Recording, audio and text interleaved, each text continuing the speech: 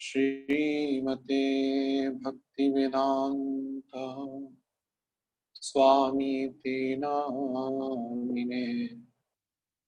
नमस्ते सारस्वती देवे गौरवाणी प्रचारिणे निर्विशेष शून्यवादी पाश्चात्य दिशतारिणे। जय श्री कृष्ण चैतन्य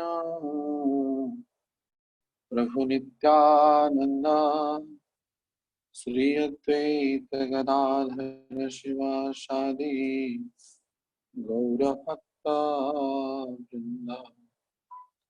हरे कृष्णा कृष्णा कृष्णा हरे हरे हरे राम राम राम हरे हरे।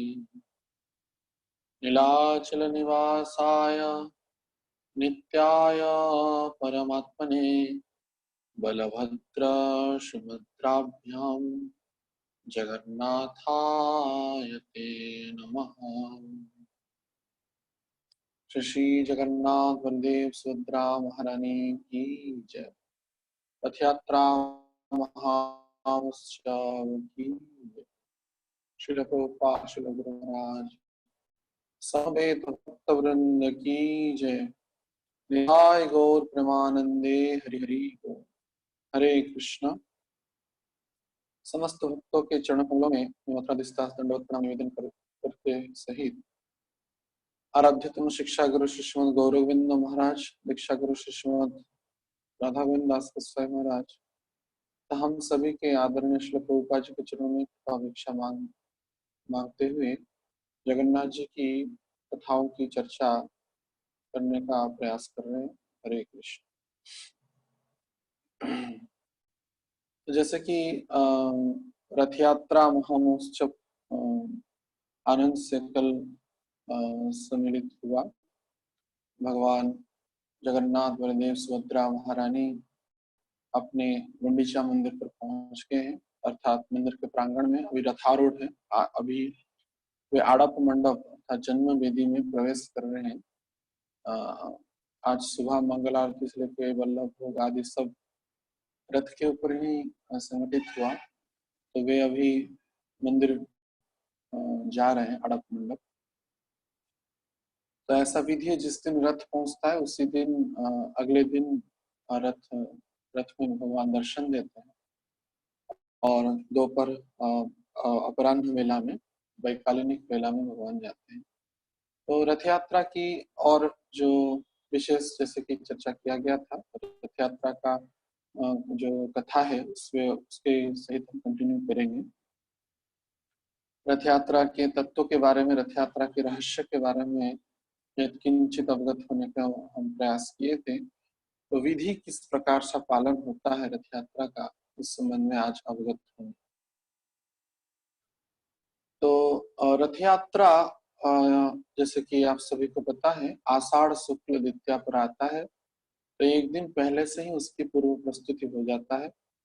भगवान अणवसर गृह अर्थात रत्न सिंहासन को छोड़कर के जब बुखार हुआ था, तो वे अणवसर गृह में अवस्थान करते हैं। तो इसी बीच मध्यरात्रि में भगवान जगन्नाथ जी का और लक्ष्मी के साथ एकांत होता है, संवाद होता है। वे कहते हैं कि हम यात्रा में जाएंगे बहन और भाई के सहित। तो लक्ष्मी जी बोलते ठीक है आप जाइए। तो भगवान कहते हैं मैं 6 दिन के लिए जाऊंगा, लेकिन वास्तविक 6 दिन कहते हैं भगवान 9 दिन कर लेते हैं। इसलिए आते वक्त लक्ष्मी जी क्रोधित हो जाते हैं और मंदिर को बंद कर देते हैं, ऐसे वहां पे विधान। तो भगवान जगन्नाथ जी जैसे कोई पति अपने पत्नी को छोड़कर के कहीं बाहर जाता है, तो उसके रहन सहन के लिए जो व्यवस्था करता है और उसकी खान पान के लिए जो सामान है, रसोई के लिए सब व्यवस्था करके जाते हैं। वैसे ही मानो जगन्नाथ जी अत्यंत आमोद प्रमोद लीला के अंतर्गत यात्रा से पहले अ, अ, लक्ष्मी जी के लिए दो कलम साग, कलम साग उड़ीसा में कहते हैं, कलमा साग, जो कि गरीब लोग खाते हैं प्राय। तो वो दो वंश साग, अ, उसको बीड़ा कहते हैं उड़िया भाषा में, दो बीड़ा साग और कुछ चावल, बासमती चावल और नारियल, और इतना ही रख देते हैं कि इस इतने में आप निर्वाह कर लीजिएगा और हम जल्दी 6 दिन में आ जाएंगे, ऐसा वे कहते हैं। और लक्ष्मी जी भी, क्योंकि जब जगन्नाथ बलदेव सुभद्रा महारानी मंदिर छोड़ करके रथ यात्रा में जाते हैं, तब जो रसोई गृह में लक्ष्मी जी रसोई नहीं करते हैं, माने भगवान का भोग नहीं लगता है इसलिए, क्योंकि मंदिर में तो वहां पे चूल्हा जलता नहीं। जो वर्ल्ड का सबसे बड़ा किचन है, वो वो 9 दिन तक बंद रहता है। इसलिए वे अलग से ही स्वल्प एक चूल्हा में अपने विरहांगना पति विहीना लक्ष्मी जगन्नाथ जी के विरह में थोड़ी में ही काम चला लेती है, अर्थात दो साग की बीड़ा और कुछ चावल और नारियल में। ये ऐसा वहां पे प्रचलन विधि है, ऐसा मानवीय लीला जगन्नाथ जी करते हैं द्वारकाधीश के स्वरूप में। तदुपरांत उसी मध्यरात्रि लगभग 2-3 बजे पंडा पुजारी लोग प्रवेश करते हैं, विशेषकर जो दैतापति सेवक हैं जगन्नाथ जी के, जो आदि जो सेवक विद्यापति जिन्होंने अनुसंधान किया नीलमाधव विग्रह का, उनके और ललिता जी के से जो संतान उत्पन्न हुए दैतापति कहते हैं, वे दैतापति जाकर के जगन्नाथ जी को सेनापति लगाते हैं। सेनापति माने जैसे मानो बाहर निकल रहे हैं तो कवच पहन करके निकलते हैं, जैसे कुछ व्यावहारिक दृष्टि से विग्रह में कुछ समस्या ना हो और सुरक्षा के लिए साक्षी गोपाल नामक स्थान से बकुल कास्ट का एक कास्ट आता है, उसमें पटा अर्थात पतले पतले थोड़ा जाड़ा होकर के, जैसे कि बाहरी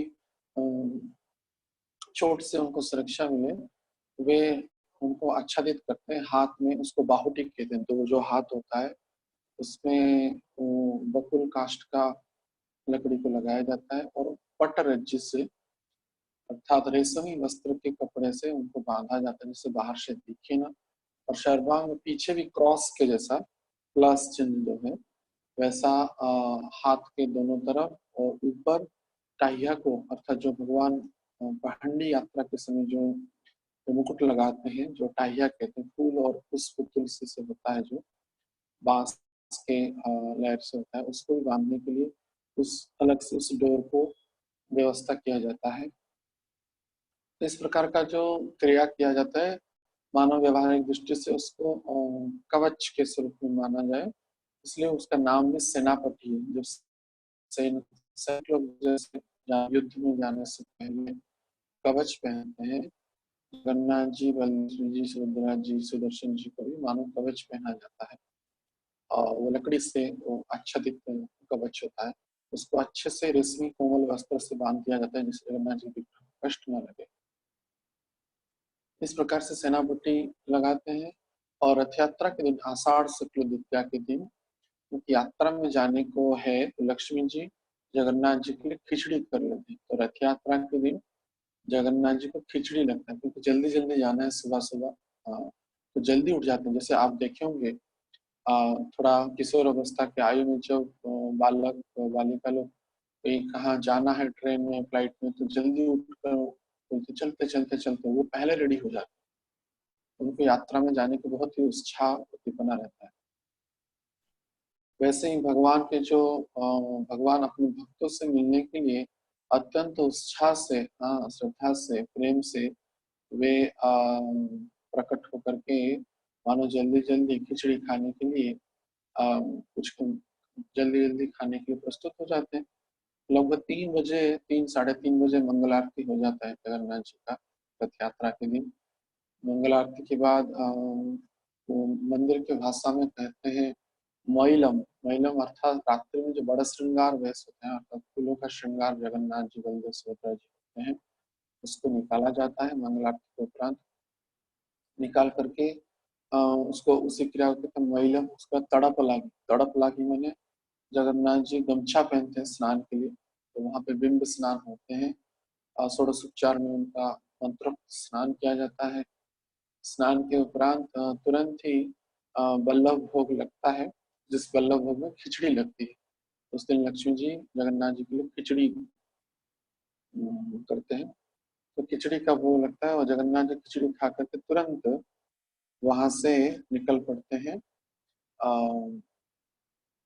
अ, पहाड़ी यात्रा के लिए। तो जगन्नाथ जी अपने अड़सर गृह से, जगमोहन नामक स्थान से जो मंदिर के आगे है, वहां पर वो वहां से सेनापति लगते हुए पहले तो मंगलार्पण होता है, अर्थात ब्राह्मण लोग भगवान को दूध, दूध के पत्ते और बेर के पत्ते, अक्षत, हल्दी आदि मांगलिक चिन्हों से, मांगलिक द्रव्यों से मंगलार्पण करते हैं।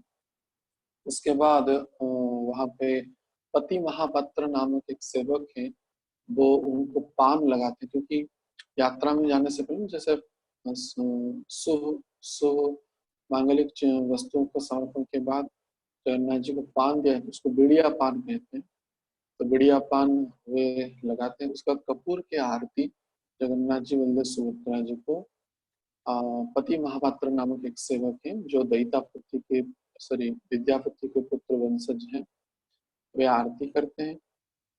वहां पे जो गराबरडो सेवक हैं, उनके द्वारा आचमन करते हुए जगन्नाथ जी का आरती होता है, बलदेव जी का, सुभद्रा महारानी का, सुदर्शन जी का आरती होता है। तदुपरांत पहले मानो यात्रा की सुरक्षा के लिए, जैसे होता है ना कोई कहाँ पे अगर बड़ा चीफ मिनिस्टर, प्राइम मिनिस्टर जाते हैं, तो पहले सुरक्षा व्यवस्था पहले किया जाता है, कैसा सुरक्षा है या नहीं। तो उसी हिसाब से जगन्नाथ जी मानो यात्रा में जा रहे हैं, सामने नंदी घोष, तालध्वज और दर्पदलन रथ खड़ा है, तो सुरक्षा के निर्वाह के लिए मानो पहले सुदर्शन जी, तो रथ यात्रा पहली जो पहंडी होता है उस वो होते हैं सुदर्शन जी का।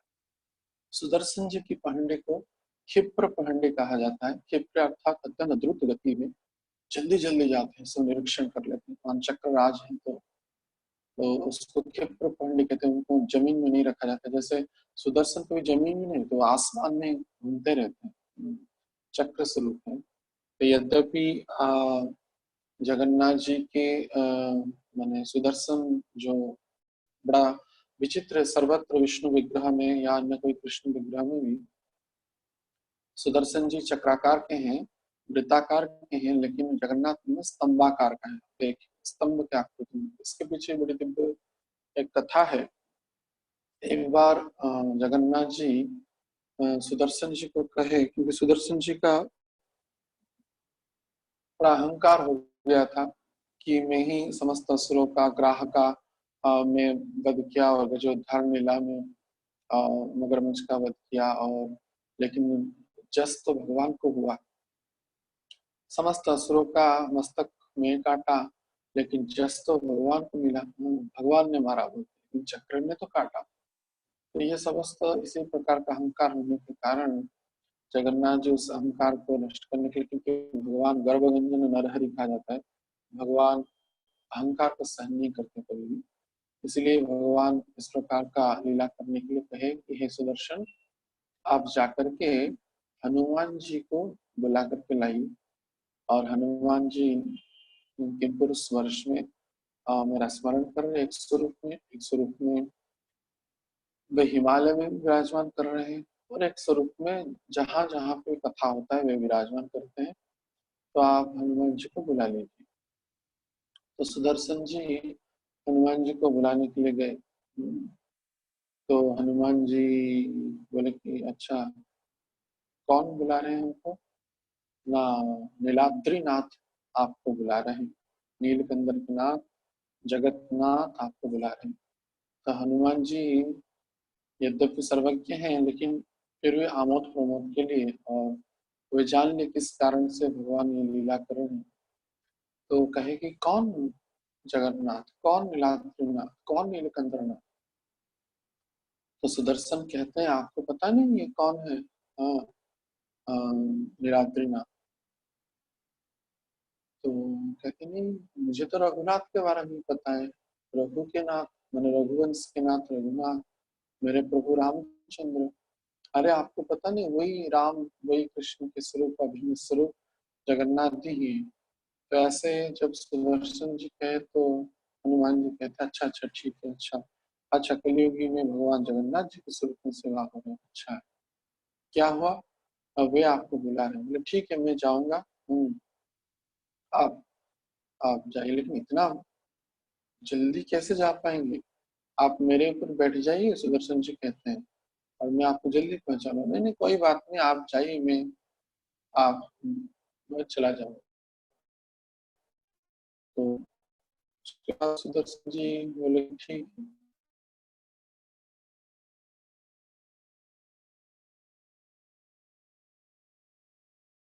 आए नहीं, तुरंत यथाशीघ्र आना चाहिए। गुरु मुख पद्म वाक्य चित्त न करिए आए को, जैसे हम कहते हैं, यथाशीघ्र उस आज्ञा का पालन करना चाहिए। लेकिन ये आपकी वाक्य का अवमानना की, ऐसा कहने का एक शिकायत करने का मौका मिल जाएगा। तो सुदर्शन जी बहुत ही क्षिप्र वेग, नॉर्मल अपने जो वेग से अत्यंत क्षिप्र वेग में जाने लगे। लेकिन देखते जाकर के हनुमान जी पहले से ही उपस्थित थे वहां।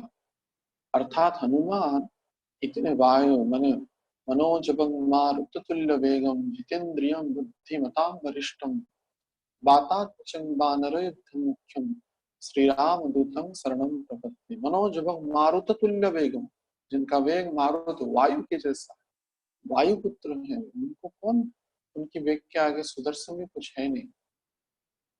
तो जगन्नाथ मंदिर में आप देखेंगे 4 द्वार है, एक पूर्व पश्चिम उत्तर दक्षिण। तो वे हनुमान जी पहले ही जाकर सिंह द्वार में अर्थात पूर्व द्वार में उपस्थित। और ये क्षिप्र वेग में जब सुदर्शन जी आए तो देख कर आश्चर्यचकित हुए, अचंभित हुए। कैसे भी हो जगन्नाथ के पास पहुंचना है। ठीक है, मंदिर के पास पहुंच गया, तो ये पूर्व द्वार में महा हिमालय के जैसा विशाल स्वरूप में खड़े हैं। तो चक्रराज सुदर्शन चेष्टा करके भी द्वार के माध्यम से प्रवेश नहीं कर पा रहे।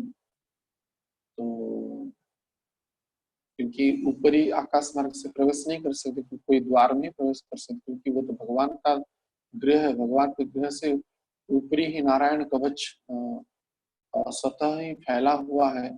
बिना द्वार के माध्यम से कोई प्रवेश नहीं कर सकता ऊपरी आकाश मार्ग से। तो जब सुदर्शन जी पूर्व द्वार में प्रवेश करने की इच्छा की, क्योंकि पहले जाकर के जगन्नाथ जी के पास पहुंचना है, तो जा ही नहीं पा रहे। बोले ठीक है, पूर्व नहीं तो पश्चिम में जाएंगे। तुरंत पश्चिम द्वार में पहुंच गए। उससे पहले वो पश्चिम द्वार पे पहुंचते तो जब हनुमान जी पहले से मैंने पश्चिम द्वार में पहुंच गए, तब भी वे जा नहीं पाए। तो उत्तर द्वार में गए, तो उत्तर द्वार में पहले से हनुमान आके खड़े थे। उसका दक्षिण द्वार में गए, तब भी हनुमान जी आकर खड़े थे। तो कैसे करे, कैसे जाए, जगन्नाथ जी के पास जा ही नहीं पा रहे थे। तो विचार किया ठीक है, मैं अपने स्वरूप को 4 भाग में विभक्त कर दूंगा और एक ही समय में 4 पूर्व पश्चिम उत्तर दक्षिण चारों द्वार से मैं प्रवेश कर जाऊंगा। लेकिन हनुमान जी तो ज्ञानी नाम अग्रगण्यम है, ज्ञानियों में सबसे अग्रगण्य है, अग्रगण्य है। बुद्धिमताम वरिष्ठम, बुद्धि में सबसे वरिष्ठ है, भगवान के भक्त हैं। हनुमान जी क्या कि वे भी अपने आप को 4 स्वरूप में विभक्त करके विशाल स्वरूप में 4 हस्त प्रकट कर लिए। और एक हाथ में वे पूर्व द्वार में स्थित सुदर्शन को पकड़ ली, एक हाथ में पश्चिम द्वार में खड़े सुदर्शन को पकड़ ली, एक हाथ में उत्तर द्वार में खड़े सुदर्शन को पकड़ लिए, और एक हाथ में दक्षिण द्वार में खड़े सुदर्शन को पकड़ लिया। चारों को गोलाकार जो चक्राकार सुदर्शन है अपने हाथ के वज्र के समतुल्य अपने मुष्टिका में, अपने मुट्ठी में ऐसे मरोड़ लिए। तो वो चक्राकार, मानो आप देखेंगे कोई गोल वस्तु को अगर जैसे कि आप एक रोटी को पकड़ेंगे, रोटी गोल है, हाँ, लेकिन उस रोटी को अगर हाथ में पकड़ के सिकोड़ लेंगे और मुट्ठी में भर लेंगे तो वो गोलाकृति से वो स्तंभाकृति हो जाएगी। तो ऐसे ही पूरा को उसके बाद चार चार हस्तों में सुदर्शन को पकड़ लिया, चार स्वरूप। उसके बाद वे जगन्नाथ जी के पास जाने लगे। जगन्नाथ जी को प्रणाम किए, बोले अरे मैं अपने सेवक सुदर्शन जी को आपके पास भेजा था, तो वे कहाँ है? तो बोले कि है हमारे पास ही है, लेकिन कहाँ है? तो बोले तब तो सुदर्शन जी को जब हाथ में खोल दिए तो उनका स्वरूप गोलाकृति से स्तंभाकृति हो गया। जगन्नाथ भी देख करके आश्चर्य हो गए, बोले कि अच्छा इस प्रकार की लीला किया आपने। हाँ, तो सुदर्शन जी बोले कि प्रभु मैं क्या करूं, ऐसा उन्होंने कर लिया। तो व्यवस्था क्या करें? तो हाँ, जगन्नाथ जी बोलते ठीक है कोई बात नहीं, आप इसी स्वरूप में रहिए। यहाँ पे आप बहुत क्षिप्र वेग में प्रवाहित होते हैं, इसलिए आपका क्षिप्र वेग कहा गया है। तो आपकी वेग को सीमित करते हैं, और हमारे भक्त जो है आपसे भी कई बड़े हैं। तो अगर हमारे भक्त इतने बड़े हैं तो आपके मन में जो अहंकार आ गया था कि मेरे कारण यह समस्त लीलाएं हो रहा है, कार्य हो रहा है, तो इसका अहंकार आपका टूटा या नहीं? तो सुदर्शन कहते हैं नहीं प्रभु जी, हमारा तो अहंकार टूट ही गया। तो आप तो गर्वगंजन नरहरि है, अहंकार को, गर्व को सहन नहीं कर पाते। तो इसलिए कहे कि उसके बाद ठीक है मैं अपने आपके दक्षिण हस्त में, अपना दाहिने हस्त में समा जाता हूँ। नहीं नहीं नहीं नहीं, आप मेरा हाथ दक्षिण, जैसे राइट हैंड में जब कोई ना बहुत फास्ट कार्य होता है, क्योंकि यहाँ पे कोई चक्र का काम है ही नहीं। यहाँ पे तो दया का, कृपा का, पतित पावन लीला करने के लिए मैं नीलाकंदर स्थान पर उपस्थित हूँ, इसलिए यहाँ पे मैं चक्र का किसी का प्रयोग नहीं करूंगा। तो इसलिए आपका काम शुद्ध तरीके से बस हमारे सुरक्षा के लिए आप रहिए, अन्य व्यवस्थाओं के लिए, यात्राओं की सुरक्षा के लिए, अन्य व्यवस्थाओं के लिए आप रहिए। इसलिए आप दक्षिण हस्त में ना रखिए, वाम हस्त में रहिए। इसलिए आप देखेंगे जगन्नाथ बलदेव सुभद्रा महारानी जब विग्रह रहते हैं, जगन्नाथ जी के वाम हस्त के तरफ, बाएं तरफ सुदर्शन जी रहते हैं, दक्षिण तरफ सुभद्रा जी रहते हैं। तो इसलिए इस प्रकार की लीला के अंतर्गत सुदर्शन जी वाम भाग में है, तो उनका जो साधारणतः जो मारना काटने की जो लीला है, जगन्नाथपुरी में वो कृपा सुरक्षा के लिए उनकी लीलाओं को संगठित करते हैं। तो इस प्रकार से यात्राओं की सुरक्षा के लिए पहले जगन्नाथ जी सुदर्शन जी को भेजते हैं, तो सुदर्शन जी पहले जाकर के निगरानी कर लेते, सुरक्षा कर लेते। अद्भुत बात होता है ना, साधारण तो सुदर्शन जी भगवान नारायण के पास, जगन्नाथ जी के पास रहते हैं, लेकिन रथ यात्रा में बहन सुभद्रा की सुरक्षा के लिए मानो वे देवी दर्पदलन अर्थात देवी देवदलन रथ में विराजमान करते हैं। सुदर्शन जी का जो विग्रह है वो जगन्नाथ जी के रथ में न विराजमान होते हुए सुभद्रा जी के दर्पदलन रथ में विराजमान। तो इस प्रकार का अद्भुत लीला जगन्नाथ जी करते हैं। तो जगन्नाथ जी उसके बाद सुदर्शन जी का क्षिप्र पांडे होता है, अर्थात अत्यंत द्रुत गति में, क्षिप्र वेग में सुदर्शन जी शून्य माने पंडों के दैतापतियों के स्कंद तेज पर आरोहित होकर के वे पूरा, आप देखेंगे तीनों रथ का परिक्रमा करते थे, निगरानी करते सब सुरक्षा है या नहीं, रथ की चक्का पहिया आदि आदि सब ठीक है या नहीं। तब जाकर के पहले से ही सुदर्शन जी सुभद्रा जी की सुरक्षा के लिए सुभद्रा जी के रथ में जाकर के विराजमान होते हैं। उसके उपरांत बलदेव जी, प्रभु बलराम बलभद्र वे अपने पांडी यात्रा में, पांडव विजय यात्रा में पांडियों में आते हैं।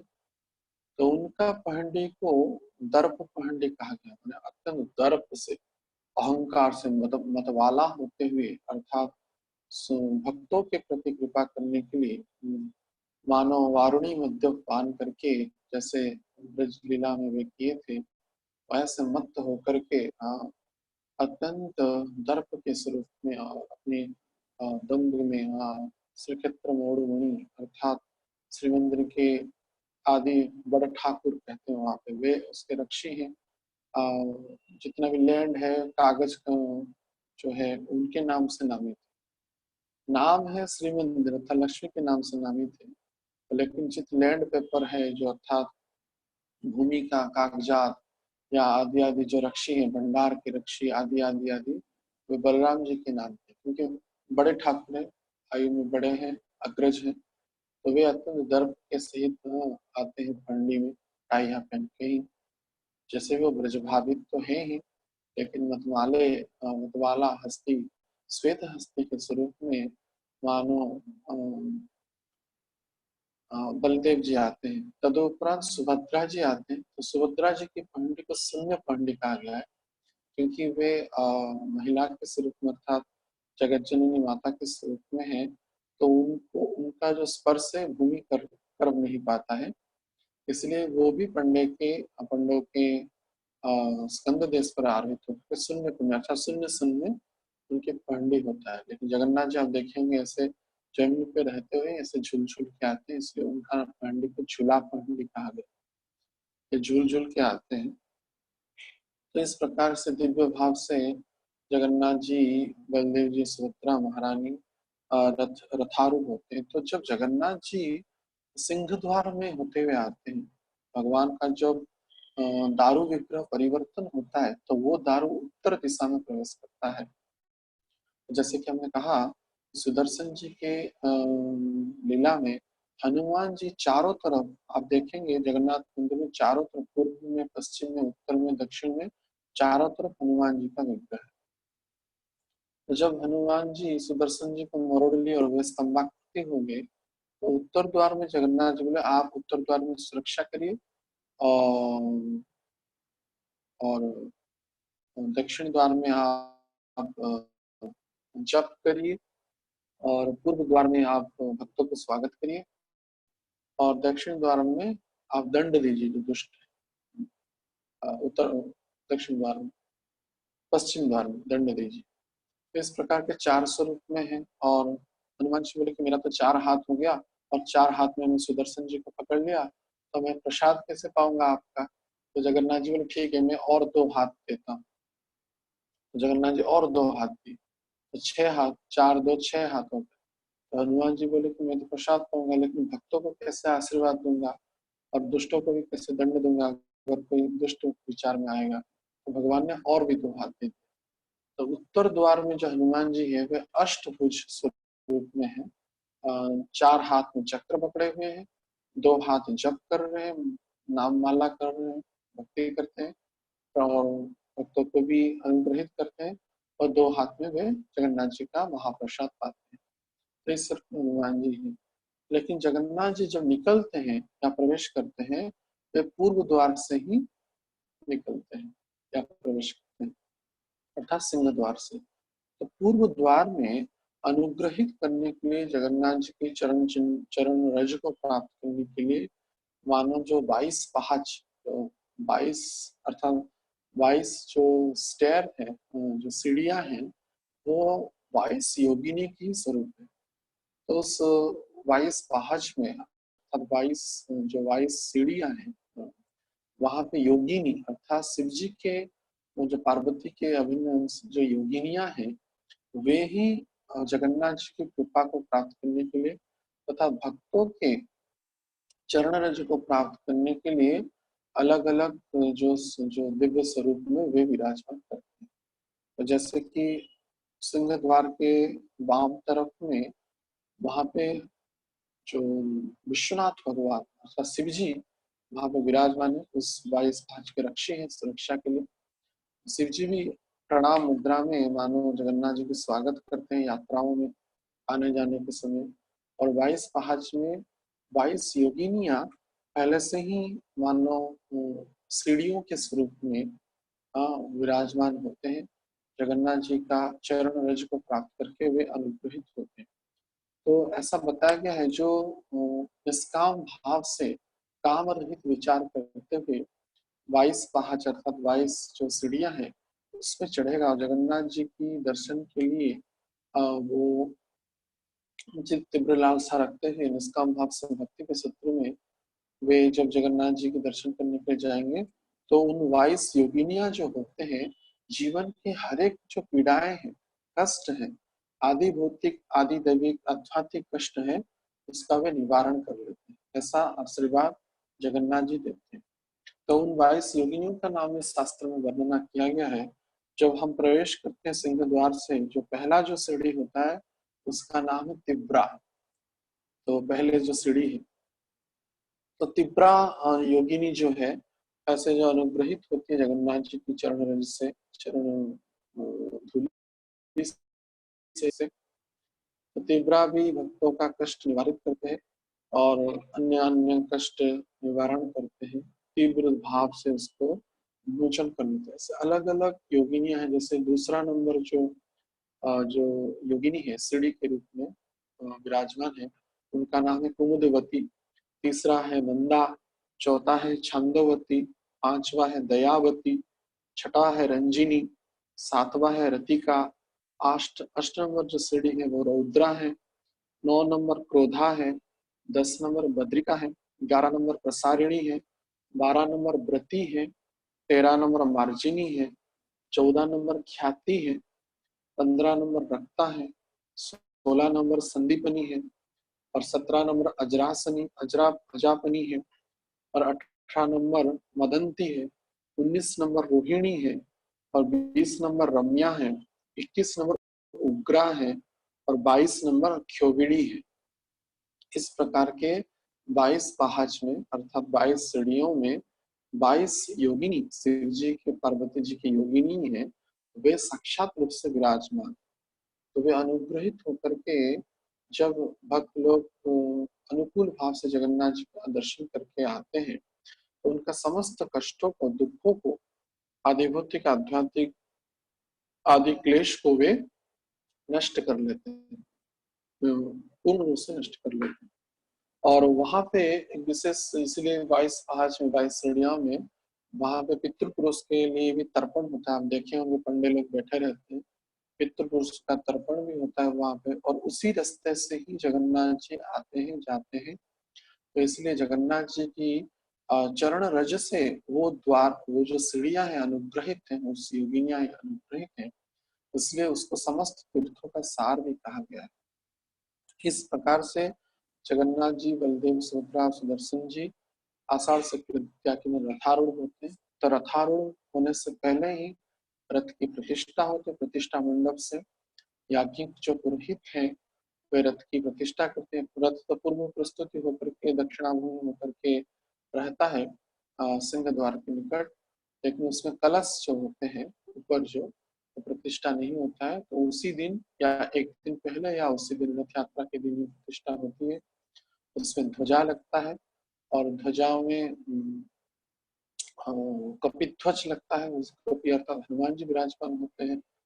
और रथ प्रतिष्ठा के उपरांत पहंडी यात्रा में जगन्नाथ जी, इसको बोलते हैं धाड़ी पहंडी, एक के बाद एक निकल करके आ जाते हैं और वहां पे रथारूढ़ हो जाते हैं। तो हर एक रथ की भी महत्व शास्त्र में प्रदान किया गया है। जैसे आप सभी को विदित ही होगा, जगन्नाथ जी का रथ का नाम नंदी घोष है और बलदेव जी का रथ का नाम तालध्वज है और सुभद्रा जी की रथ का नाम देवी दलन या दर्प दलन। और निर्दिष्ट शास्त्रोक्त प्रमाण के अनुसार, स्कंद पुराण के अनुसार निर्दिष्ट संख्यक सीमाओं में वे सब सीमित है और उसके नियम के अनुसार, निष्ठाओं के अनुसार उस निर्दिष्ट समय उन रथों का निर्माण किया जाता है, क्योंकि वे उसमें स्वयं भगवान विराजमान है।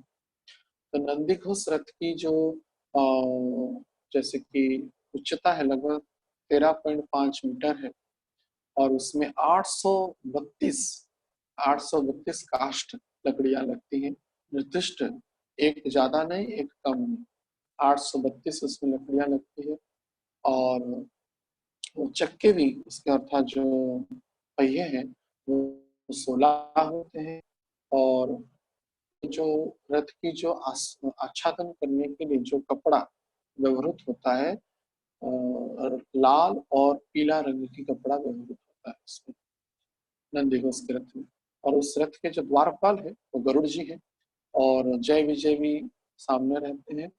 और उसकी जो बाना अर्थात ध्वजा का जो नाम है त्रैलोक्य विमोहिनी।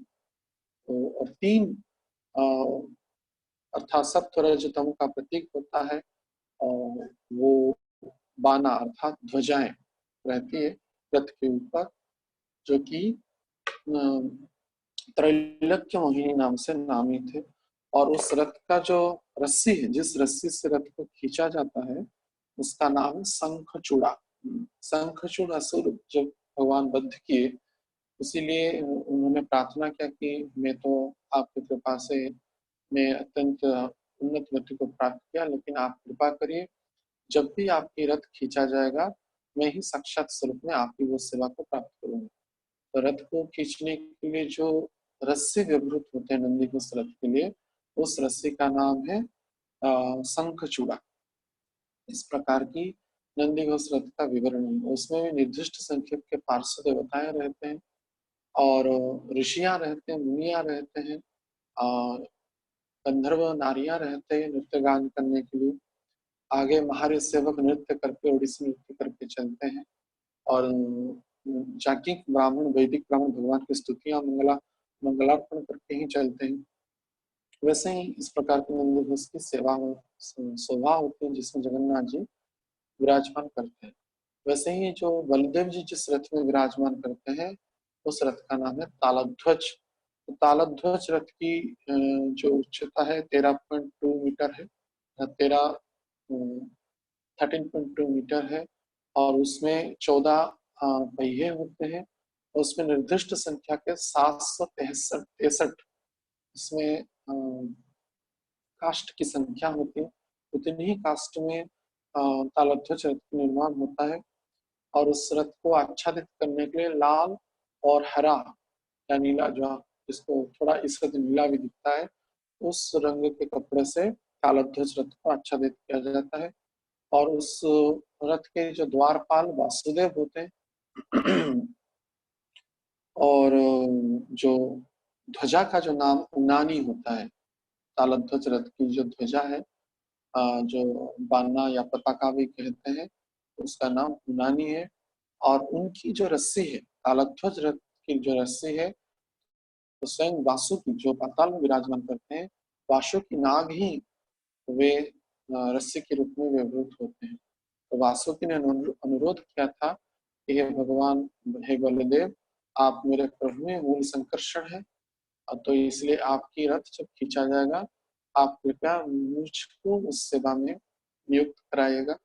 तब तालध्वज रथ की जो रस्सी है वो वासुकी नाग स्वयं होते हैं।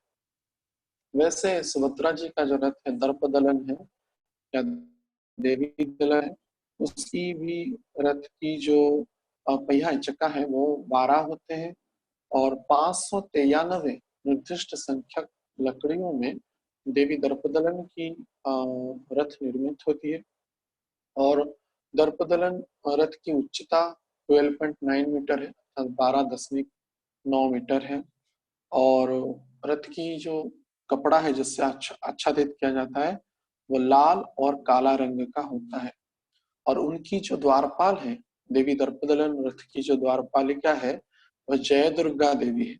जय दुर्गा द्वारपाल के रूप में खड़ी रहती है। और जो बाना अर्थात ध्वजा पताका का नाम नदम्बिका है। और तीनों ही पताका रहते हैं वो नदम्बिका नाम से नामित है। और जो जिस रस्सी से देवी दर्पदलन की रथ को खींचा जाता है, उस रस्सी का नाम सुवर्ण चूड़ा है। सुवर्ण अर्थात स्वर्ण में वो रस्सी होती है, ऐसा शास्त्र में बताया गया है। तो इस प्रकार से जगन्नाथ जी, बलदेव जी और सुभद्रा जी का तीनों रथ पूर्व से प्रस्तुत होते हैं। और जिसमें पांडी में जगन्नाथ जी, बलदेव, सुदर्शन जी, सुभद्रा जी जब रथारूढ़ हो जाते हैं, और भी रथ की शोभा महिमा मंडित हो जाता है, ततोधिक वर्धित हो जाता है। तो पांडी यात्रा में जगन्नाथ जी के सामने निर्दिष्ट संख्यक के सेवायत रहते हैं। तो पांडी यात्रा में जो काला नामक, काला कलर का देखे होंगे, जब काला वर्ण का जब जो छतरी होता है, तो जो आगे आगे चलता है तो उसका मतलब यह समझना चाहिए कि वो बलदेव की पहाड़ी यात्रा हो रहा है। और सफेद रंग की जब छत्र सामने चलता है तो वो जगन्नाथ जी की कहा जाता है। लेकिन सुभद्रा जी के जो पहाड़ी के सामने जो छत्र चलता है वो पीला और लाल रंग का होता है। उसको उनाली भी उलार भी कहते हैं, उसको छत्र नहीं कहते हैं, क्योंकि वो छतरी होती है। और जगन्नाथ जी और बलदेव के सामने जो छत्र कहलाता है, और सुभद्रा जी के सामने जो छत्र चलता है उसको छतरी कहते हैं। उसको जगन्नाथपुरी के मंदिर के भाषा में उलार कहते हैं, जिसका वर्ण की पीला और लाल वर्ण का होता है। इस प्रकार से महिमा मंडित और अत्यंत आकर्षित करते हुए जगत वासियों को उद्धार करने के लिए पतित पावन लीला के अंतर्गत जगन्नाथ जी, बलदेव जी, सुभद्रा जी तथा सुदर्शन जी निकलते हैं। तो सुभद्रा और जो रथ की जो सारथी है उनका नाम अर्जुन है। बड़ा आश्चर्य करता है कि अर्जुन क्यों सारथी बने। वैसे आप सबको पता ही होगा, सुभद्रा जी की जो पति है वे अर्जुन है, और और जगन्नाथ जी की जो रथ के जो सारथी है वो दारुक होते हैं। तो और बलदेव की जो रथ की सारथी होते हैं उनका नाम मातली मातली। तो इस प्रकार के मातली बलदेव के रथ में सारथी होते हैं। उसमें भी 4 अश्व लगते हैं जो कि सफेद रंग के होते हैं, काला रंग के होते हैं। जगन्नाथ जी के रथ के सामने सफेद रंग के 4 अश्व लगते हैं, और सुभद्रा जी के रथ के सामने 4 जो बादामी रंग के, जो कि मिट्टी के रंग के जैसा अश्व जो होते हैं, लाल वर्ण अश्व होते हैं, वे लगते हैं। लेकिन इनके सारथी अर्जुन होते हैं। तो द्वापर की लीला आप सबको पता ही होगा। जब द्वारका में अर्जुन दंपति है, तो इस स्त्र में भी उनको तो विवाह के बंधन में बंधना ही था। लेकिन पहले से ही बलदेव जी ने सुभद्रा जी का विवाह जो है दुर्योधन के सहित पहले से संगठित कर दिया था, विचार किया था, और इस समय उन समस्त व्यवस्थाओं में संलग्न थे। और भगवान कृष्ण लीला अंतर्गत करते हुए वे सुभद्रा जी का विवाह अर्जुन के सहित हो। और पहले से उनका प्रेम जो रुक्मिणी ने देख माने परिचित हुए थे उनके प्रेम से, कृष्ण को कहे तो भगवान कृष्ण को तो सब पता ही था। तो सुभद्रा जी को कहे कि आप पूजा के बहाने में जाना और अर्जुन पहले से उपस्थित होगा, तो आप ऐसा करना, अर्जुन को कहे कि आप रथ मत चलाएगा, और मानो सुभद्रा जी ने अर्जुन को हरण के लिए किया, इस प्रकार का दृश्य प्रतीतमान होना चाहिए। सुभद्रा जी रथ में जाएंगे पूजा के बहाने में, और अर्जुन पहले से उपस्थित होंगे। तो अर्जुन को हाथ में लेकर, जैसे भगवान कृष्ण रुक्मिणी का हरण किए थे, और इस लीला में सुभद्रा जी ने अर्जुन का हरण किया। तो इसके पीछे भी एक रहस्य, क्या कारण है, बाद में पता चलेगा। तब सुभद्रा जी और अर्जुन ने भगवान की आज्ञा को मानते हुए वैसा ही किया। तो सुभद्रा जी ने अर्जुन को हरण किया, हाथ से खींच लिया रथ पर, और रथ में अर्जुन खड़े हो बने आगे, और सुभद्रा जी रथ को चलाने लगे। इधर चारों ओर हल्ला हो गया। यादवों ने बोला, वृष्णि चंदकों ने बोला कि अरे अर्जुन ने सुभद्रा जी को, हमारी राजकुमारी लाडली राजकुमारी को ले लिया, हरण कर लिया, मारो मारो मारो, काटो काटो, विरोध करने लगे। बलराम जी के पास खबर गया, तो कृष्ण को कह रहे, तुम्हारा जो बंधु है, सखा है, ऐसा कैसे किया। हाँ, घर में रहते हुए घर का ही लज्जा माने लाज को क्षति पहुंचाने के लिए इच्छुक हो रहा है, तो चलो युद्ध करेंगे, उसका मस्तक उड़ा देंगे। बलदेव जी तो भावावेश हो जाते हैं। भगवान कृष्ण कुछ बोले नहीं, कुछ चलते हैं। तो जोर अत्यंत क्षिप्र वेग से नंदी घोष रथ पर सवारित होकर के भगवान कृष्ण चले, तालध्वज रथ पर बलदेव चले। तो दोनों रथ सुभद्रा जी का रथ का पीछे कर रहे। तो जब पीछे करने लगे, निकट में जब कृष्ण पहुंचे और बलदेव जी पहुंचे, देखे देखिए भगवान कृष्ण बोले, हे बलराम जी, हे दाऊ बलदेव जी, आप देखिए एक अद्भुत दृश्य। ना क्या, आप कैसे कहेंगे कि अर्जुन ने सुभद्रा जी का हरण किया? देखो ना, अर्जुन पीछे खड़े हैं रथ के और सुभद्रा जी अत्यंत क्षिप्र वेग में रथ को चला रहे हैं। तो बलदेव जी जब बलदेव जी जब देखे, अरे सत्य बात तो है, तो भगवान कृष्ण कहते हैं, देखो ये बात अगर बाहर में प्रकट होगा तो सबको लज्जा होगी। कोई एक स्त्री होकर के, एक कन्या होकर के कैसे एक पुरुष का हरण कर सकता है? इससे प्रमाणित होता है कि सुभद्रा जी अतः प्रेम अर्जुन का करते हैं, इसलिए उनका विवाह करा देना है सब सबके लिए उचित है। तो बलदेव को मिला तो भगवान कृष्ण के लिए कोई बड़ी बात थी नहीं। तो बलदेव जी उस प्रत्यक्ष प्रमाण की क्या आवश्यकता है? तो देखे कि सुभद्रा जी स्वयं रथ को चला रही हैं और अर्जुन पीछे पीछे बैठे हुए हैं, तो और कुछ कहना ही नहीं था। बाद में सबके सम्मति से अर्जुन का और सुभद्रा जी का धूमधाम से द्वारका में विवाह हो गया। तो विवाह के उपरांत अर्जुन और सुभद्रा जी उपस्थित थे, बलदेव जी उपस्थित थे और भगवान कृष्ण उपस्थित थे। विष्णु पुराण का बड़ा सुंदर प्रसंग है। उसमें एक बलराम जी तो मजाक भी करते हैं और कहते हैं, अरे अर्जुन जमाई राजा, आप कैसे पुरुष हैं, आपको एक नारी ने हरण कर लिया, आपकी क्षत्रिय की पन क्यों, क्या दाग दें, क्या महिमा वर्णना करें। तो अर्जुन जी सबके सामने लज्जित हो गए। अरे हाँ, सत्य तो है ही, भगवान कृष्ण ने तो नाटक किया और ऐसे जैसे कहा, बलराम जी के प्रकोप से बचने के लिए यह समस्त लीला किया था, जैसे कि प्रतीत हो सुभद्रा जी हरण कर रहे हैं अर्जुन को। तो जब तक द्वारका में रहते बलराम हमेशा खाने के समय कब ना कब देखा देखी बलराम के पक्ष के लोग भी उनको तात्सल्य करते, वसना करते और मजाक करते।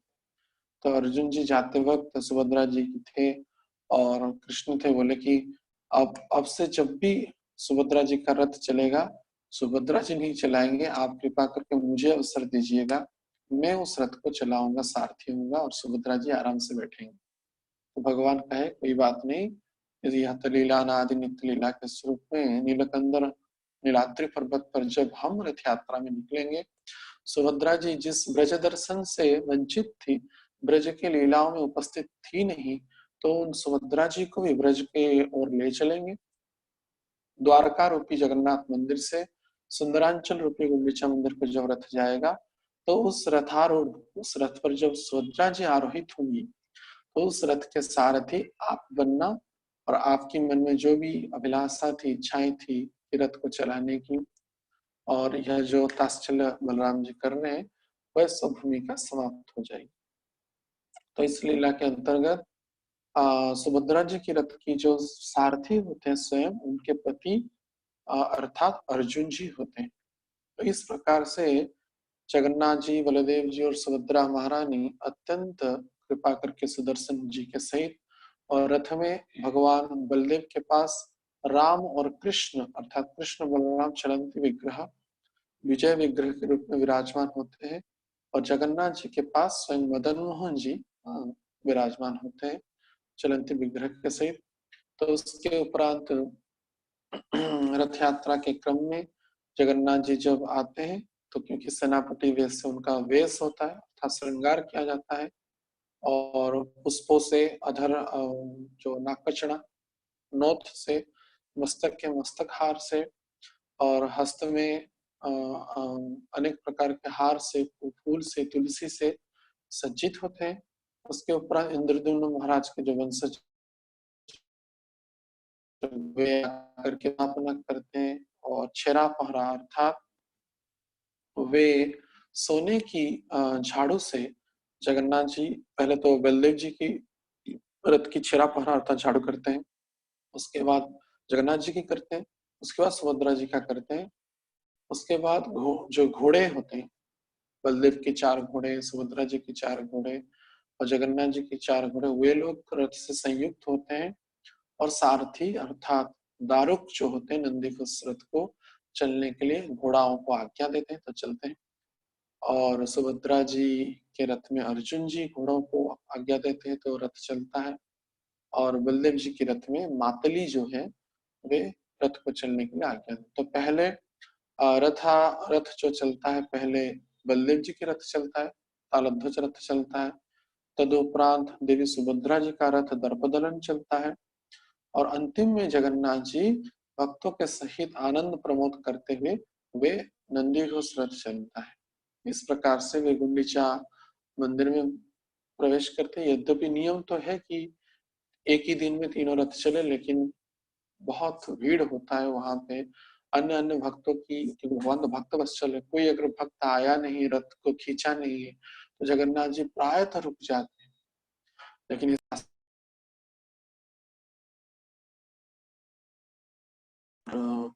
रथ तुरंत ही जल्दी पहुंच गया, क्योंकि भक्त तो थे ही नहीं, इसके लिए रुके। नियम को पालन करने के लिए गुंडीचा महारानी के वचन तथा अन्य जगत हित लीला को संपादित करते हुए जगन्नाथ जी बलदेव सुभद्रा महारानी का रथ कल ही पहुंच गया। अभी पांडे यात्रा हो रहा है।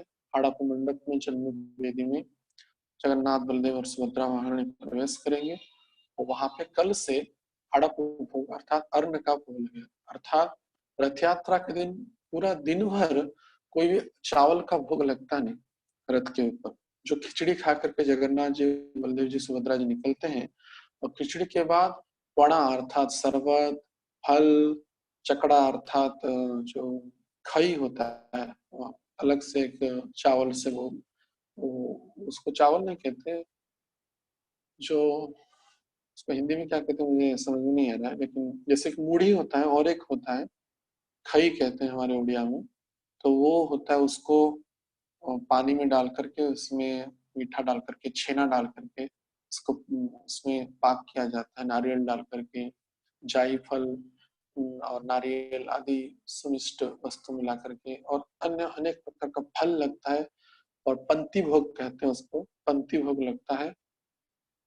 लेकिन अन्न का जो भोग होता है, अन्य जो जो ब्रेकफास्ट आइटम सब लगता है, लेकिन अन्न का भोग जब आड़प मंडप में विराजमान करते हैं अर्थात कल से वो लगेगा। इस प्रकार की अत्यंत सुंदर विधि होता है। तो चैतन्य महाप्रभु हर एक यात्रा में अत्यंत आनंद सहित इसमें सम्मिलित होते थे। बंग देश से जितने भी बंगाल के जितने भक्त हैं उस यात्रा में पहले ही आ जाते थे, चतुर्मास यहाँ पे निवास करते थे चैतन्य महाप्रभु के सहित।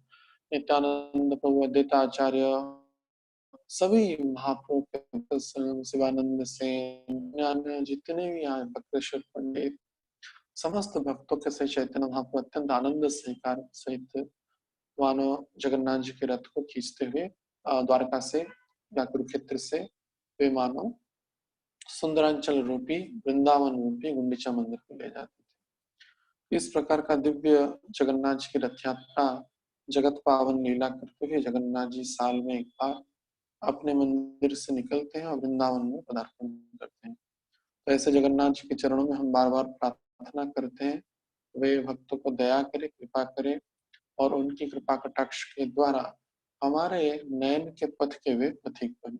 जगन्नाथ स्वामी नयन पथगामी भवतु। श्री श्री जगन्नाथ बलदेव सुभद्रा महारानी की घोष यात्रा महामहोत्सव की, रथ यात्रा महामहोत्सव की।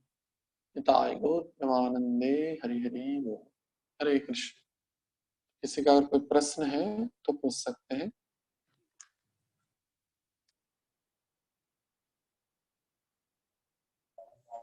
हरे कृष्णा प्रभु जी। हरे कृष्णा, बोलिए। प्रभु जी मैं मेरे को ये पूछा था, जो गोधन पीठ के जो शंकराचार्य जी हैं उनका क्या रोल होता है वहाँ पे जगन्नाथ रथ यात्रा में? वो अंदर जाके कुछ कुछ करते भी हैं जगन्नाथ जी के साथ, जो राजा आते सुनाई हैं। नहीं दे रहा है स्पष्ट, आवाज आपका स्पष्ट नहीं आ रहा है।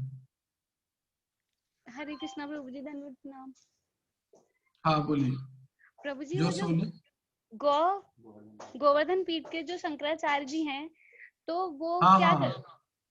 तो वो जो आते हैं वो वहाँ पे मतलब वो वहाँ पे क्या करते हैं, आके कुछ कुछ करते हैं जगन्नाथ जी के हाथों के साथ? तो वो क्या करते हैं वहाँ पे अंदर जाके रथ के ऊपर? अच्छा, क्योंकि अतीत में जगन्नाथ जैसे हमारे जो सनातनी सभ्यता है, जो बुद्धों के भगवान बुद्ध के आने के बाद जो यज्ञ विधि का, वैदिक विधि का विसर्जन हो गया था। निन्नति यज्ञ विधि रे सदैव हृदय दर्शति पशुघातम, पशुघात को देखते हुए निंदा कर दी वेदों की बुद्ध ने।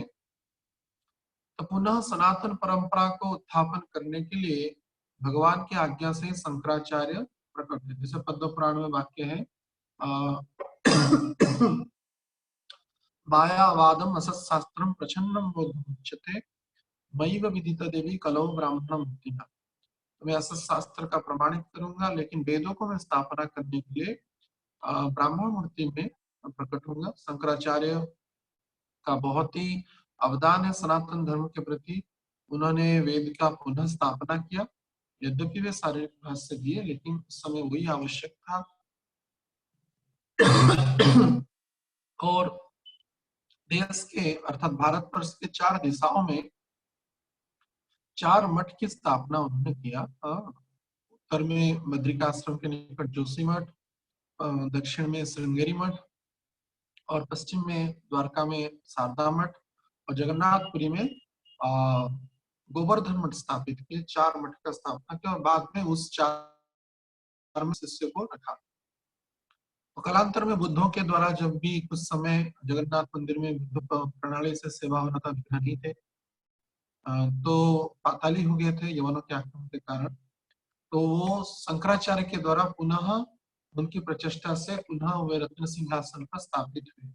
इसलिए जगन्नाथ मंदिर की संस्कृति में शंकराचार्य को भी विशेष सम्मान दिया जाता है, क्योंकि उन्होंने पुनः आविष्कार किया था जगन्नाथ की सेवा को।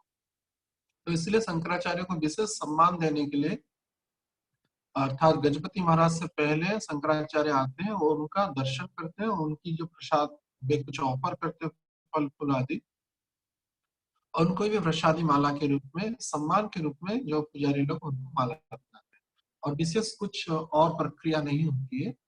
तो वे विशेष एक सम्मान देने के लिए रथारूढ़ विग्रह को दर्शन करने का अधिकार उनको प्राप्त है। उसी सूत्र में शंकराचार्य आते। ठीक है जी प्रभु जी, धन्यवाद प्रभु जी। हरे कृष्णा। हरे कृष्ण।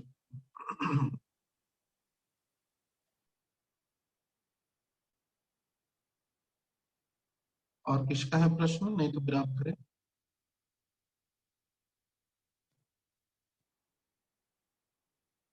ठीक है, तो ठीक है, हम यहाँ पे आज की चर्चा को हम विराम करते हैं।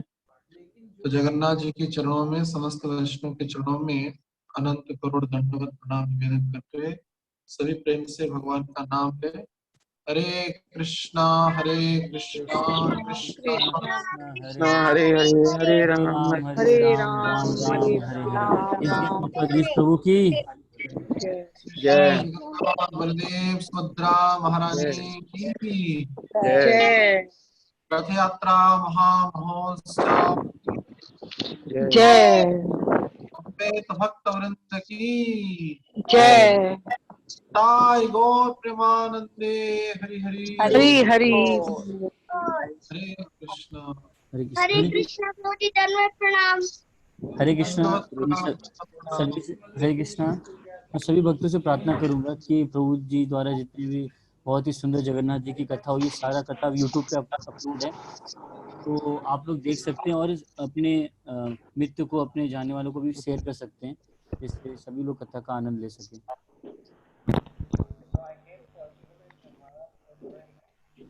ठीक है प्रभु जी। हरे कृष्णा। धन्यवाद प्रणाम। हरे कृष्ण। हरे कृष्णा प्रभु।